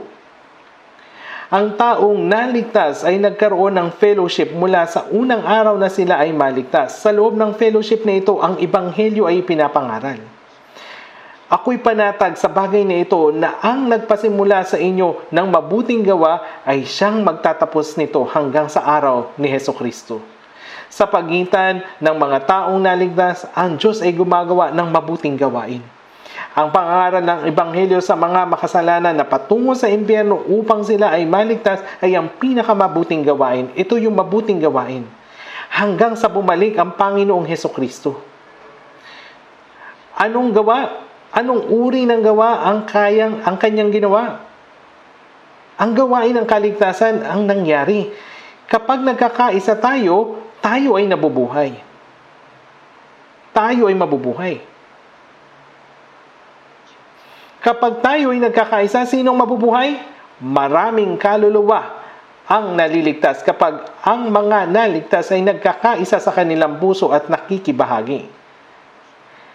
Sinasabi nila na kahit ang uling na umaapoy na nagliliyab ay namamatay kapag pinaghihiwa-hiwalay.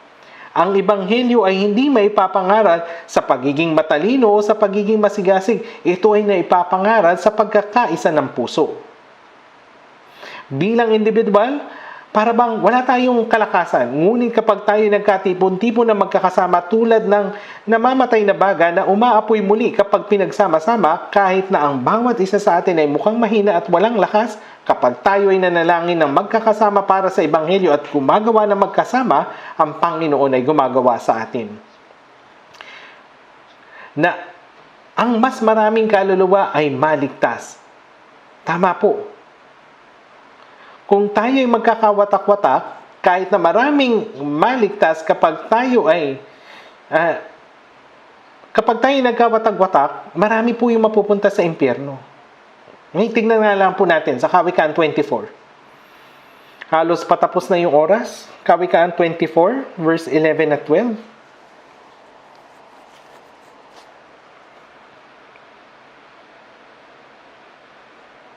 Kawikaan chapter 24, verse 11 hanggang 12.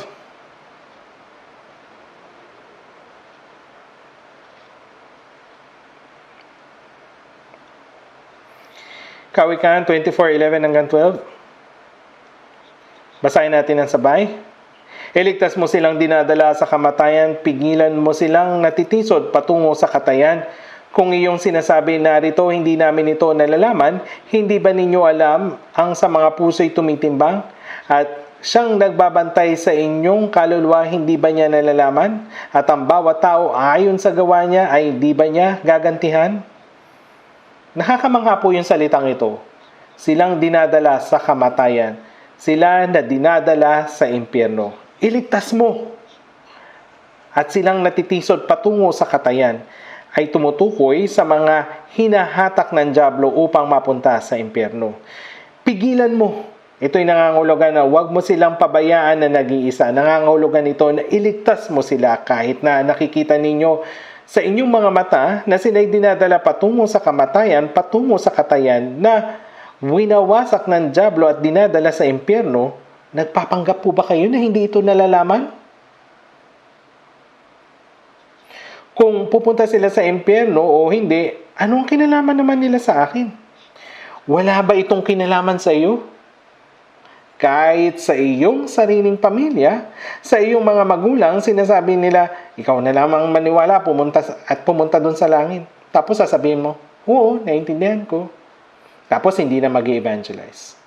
Sinasabi ng iba na ang kanilang mga asawang lalaki ay talagang hindi sumasang-ayon sa sinasabi, kaya maniwala ka na lang at pumunta ka doon sa langit. Ako pupunta doon sa impyerno at mamumuhay kasama ni Miss Korea. Iniisip ba niya na si Miss Korea ay pupunta sa impyerno? Ang lahat ng naroon ay magiging kagaya ng dyablo. At iniiwan mo lamang ba sila ng ganun? Kung magpapatuloy ka sa pananalangin habang umiiyak at kahit na umabot pa ito ng mahabang panahon, maaari silang maligtas. Huwag kang mawalan ng loob. Pigilan mo silang natitisod patungo sa katayan. Magaling kang magsinungaling na hindi mo alam na pinatay na ni Cain si Abel. Ano yung sinabi niya? Ewan ko. Ako ba'y tagapagbantay ng aking kapatid? Wala talaga siyang konsensya. Kahit siya mismo ang pumatay sa kanyang kapatid. Hindi tayo pumatay gaya ni Cain. Subalit, ang pabayaan, ang mapapahamak at nagsasabing hindi ko alam ay kapareho ng sinabi ni Cain. Dapat mong malaman na ang hindi pag-evangelize ay kasalanan. Ang hindi pag-evangelize ay isang malaking kasalanan. Sa unang Korinto chapter 9 verse 16, sinabi ni Apostol Pablo, sapagkat kung ipangaral ko ang ebanghelyo ay wala akong dahilan upang magmalaki.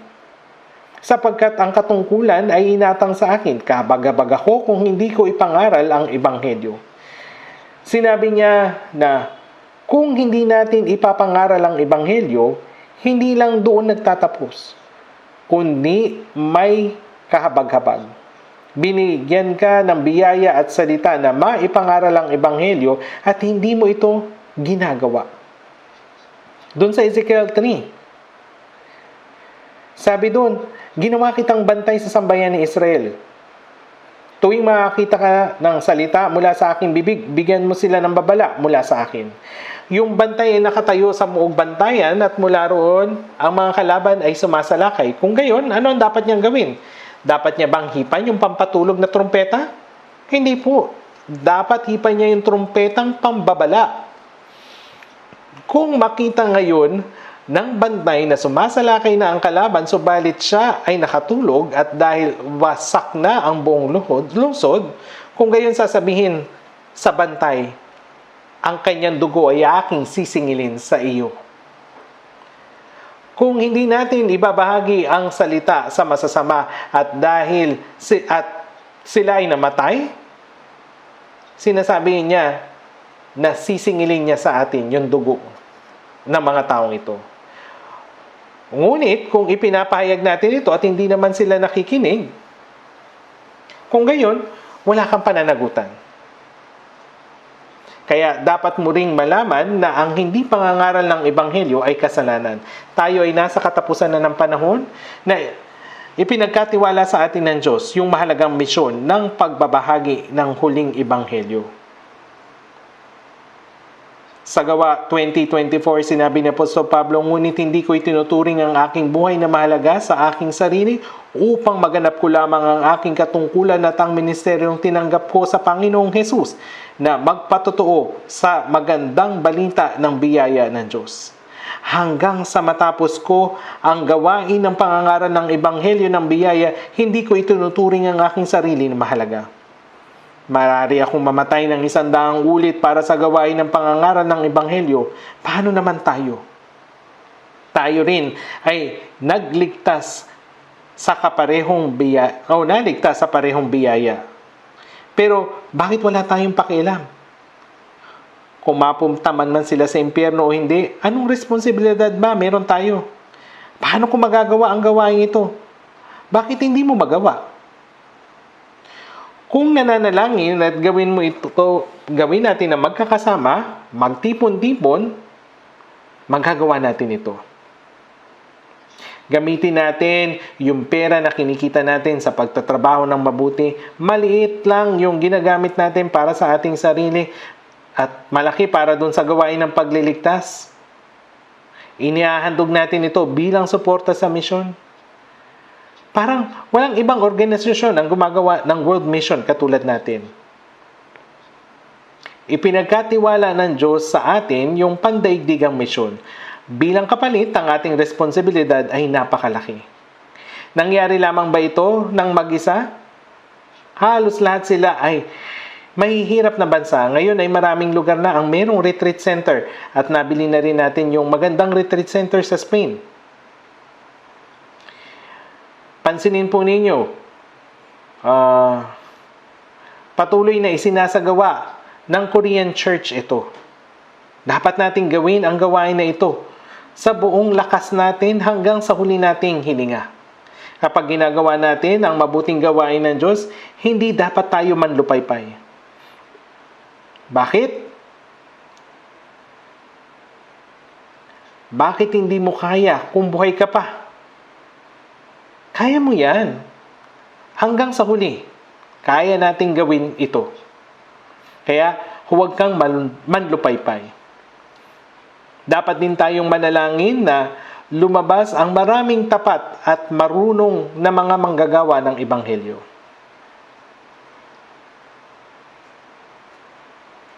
Sa Mateo 9:37 hanggang 38, kaya't sinabi niya sa kanyang mga alagad, tunay na napakaraming aanihin, ngunit kakaunti ang manggagawa. Idalangin ninyo sa Panginoon ng anihin na magpadala ng mga manggagawa sa kanyang aanihin. Ang Panginoon ng anihin ay ang Diyos. Idalangin ninyo sa Panginoon ng anihin na magpadala ng mga manggagawa sa kanyang aanihin. Panginoon, pakiusap, magpadala po kayo ng maraming tapat at masipag na mga manggagawa. Maraming manggagawa sa iyong ebanghelyo.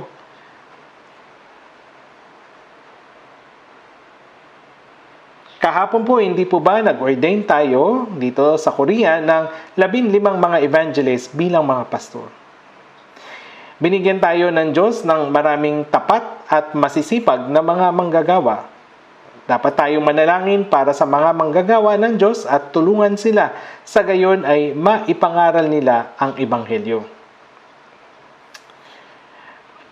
Isipin ninyo ito, kung may mga sundalo na nasa unahan ng digmaan, sila yung humaharap sa mga kaaway, lumalaban sa bansa, sa mga mamamayan, tapos yung mga taong nasa likuran, kumakain lang, umiinom, hindi sila nagsusupply ng armas at pagkain, ano yung mangyayari? Mamamatay ang lahat. Ang mga tao sa likod ay dapat na manalangin, makiisa at tulungan ng mga sundalo na nakikipaglaban sa harapan na isinusugo ang kanilang mga buhay laban sa mga kaaway. Marami tayong dapat gawin. Ang layunin ng ating buhay ay tanging ang pangangaral ng ebanghelyo. Maraming bagay ang dapat magawa ng bawat isa. Maraming bagay ang magagawa ng bawat isa.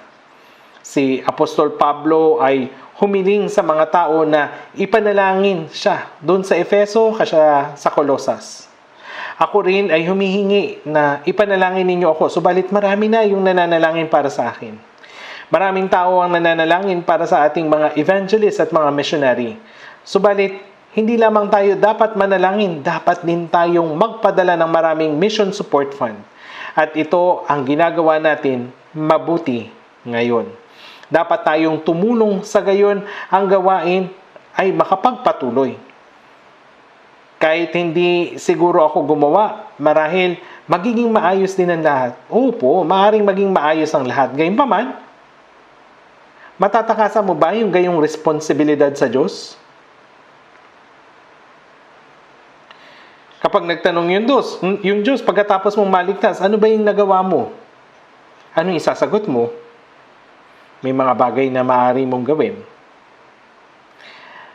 Ang araw ng pagdating ng Panginoon ay napakalapit na. Wala na tayong sapat na panahon para makapag-evangelize. Kung wala ka mang magawa noon, maaari ka magsimula ulit ngayon. Gawin natin ang ating makakaya. Mabuti kung hindi pa dumating ang Panginoon ngayong 2026, subalit maaari na siyang dumating. Tunay na ang araw ng pagdating ng Panginoon ay napakalapit na. Hanggang sa araw ng pagdating ng Panginoon, gawin natin ang lahat ng ating makakaya. Sa gayon, ang buhay natin pagkatapos ng kaligtasan ay hindi mawawalan ng kabuluhan. Gawin natin ito ng sama-sama. Huwag nang mag-isa. Tulong-tulong po tayo at tutulungan tayo ng Panginoon. Ang nag-aasik ay ang magsakripisyo. Ibig sabihin ay pagdurusa.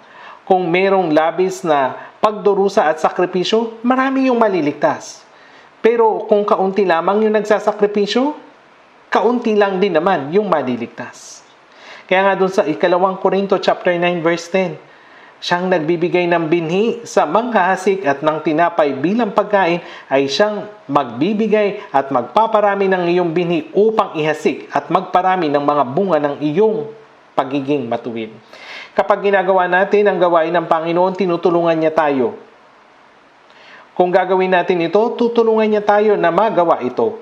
Kung walang ganitong puso, iiwang mag-isa ng Panginoon ang mga gayon. O sige, mamuhay ka ng gusto mo. Hindi namimilit ang Diyos. Hindi po. Dapat nating gawin ang gawain ng Diyos na may kusang loob at masayang puso. Mateo 6:33. Ngunit hanapin muna ninyo ang kanyang kaharian at ang kanyang katwiran at ang lahat ng mga bagay na ito ay pawang idaragdag sa inyo. Ang kaharian ito ay ang pangangaral ng Ebanghelyo at ang katwiran ay ang pamumuhay sa pagsunod sa kalooban ng Diyos. Kung gagawin lamang natin ito, ibibigay ng Diyos ang kailangan ng ating laman bilang bonus. Tinutupad ng Diyos ang mga pangako niya. Dahil hindi natin ito pinaniniwalaan, hindi natin tuloy nakikilala yung tulong ng Diyos at nagsisikap tayo na mabuhay ayon sa sarili nating pagnanasa. Pero kung mabubuhay lamang tayo sa pagsunod sa kalooban ng Diyos at pangangaral ng Ebanghelyo, ibibigay ng Diyos yung lahat ng pangangailangan natin. At kung gayon, bibihisan ng Diyos ang damo sa parang at na ngayon ay buhay at sa kinabukasan ay itinatapon sa kalan. Hindi ba lalo kayong bibihisan o kayong maliliit ang pananampalataya? Sinaway niya sila. Mabuhay tayong may katapangan at kagandahan hanggang sa pagdating ng Panginoon. Naintindihan niyo po ba? Kaya sa katapusan ng maikling buhay na ibinigay sa atin, isakatuparan po natin ng higit na dakila yung gawain ng misyon. Ngayon, ulitin po natin kung ano yung sinabi. Ano po yun? The year of world mission, wholehearted devotion, and total mobilization. Dapat lahat tayo ay kumilos. Huwag ninyong sabihin na hindi naman ako kasama. Lahat ng mga ligtas ay dapat na kumilos. Manalangin sama-sama, makiisa sa gawain ito at ilaan ang oras kabuhayan maging ang ating mga ari-arian. Sa gayon ay matiyak natin na maisakatuparan ang gawain ng Diyos. Ito ang dahilan kung bakit ibinigay pa tayo ng Diyos ng pagkakataon. Manalangin na po tayo. Mabagay namang Diyos, nung namuhay kami sa kasalanan, nahabag ka sa amin. Sa pamagitan ng kamatayan ng Panginoong Hesus at sa pagdanak ng kanyang dugo, pinatawad mo kami ng walang hanggan at iniligtas. Nagpapasalamat kami sa biyayang ito. Kaya kami ay nakikiusap na samahan kami kumilos sa amin sa natitira naming panahon na makapamuhay para lamang sa kalooban ng Diyos at kanyang kalwalatian, ipangaral ang Ebanghelyo at gabayan ang mga ligaw na kaluluwa tungo sa iyo at sa katuparan ang iyong dakilang gawain ng pagliligtas. ang lahat nawang mga churches sa bansa at maraming mga mananampalataya sa buong mundo ay tapat na maisagawa ang banal na gawain na ipinagkatiwala sa katapusan ng panahon upang mangyari ito ayon sa iyong nais at maraming kaluluwa nawa ang maligtas at makapagbigay galak at kaluwalhatian sa Diyos. Lahat ng ito ay aming panalangin sa pangalan ng Panginoong Hesukristo na sa amin ay nagmamahal.